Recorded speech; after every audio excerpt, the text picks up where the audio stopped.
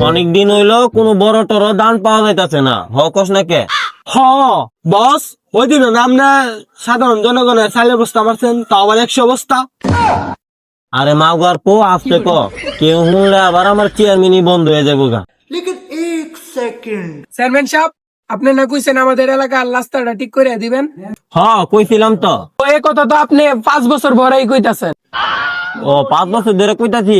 আচ্ছা দা তোর এই দেই শেষ সপ্তাহ, আর আমি তোকে এলাকায় যাইতাছি তোকে এলাকার রাস্তাটা দেখাইতে। এলাকার রাস্তাঘাট কত একটা নোংরা, কি বাজে একটা অবস্থা। এলাকার রাস্তাঘাট কত নোংরা, ওই এলাকার চেয়ারম্যান বাড়াইছে কেডা? পরে যদি সামনে পাইতাম, পরে জুতাটা 2টা বাড়ি দিতাম। ও ভাই শুনুন দিদি, ও ভাই আর কি শুনুন দিদি,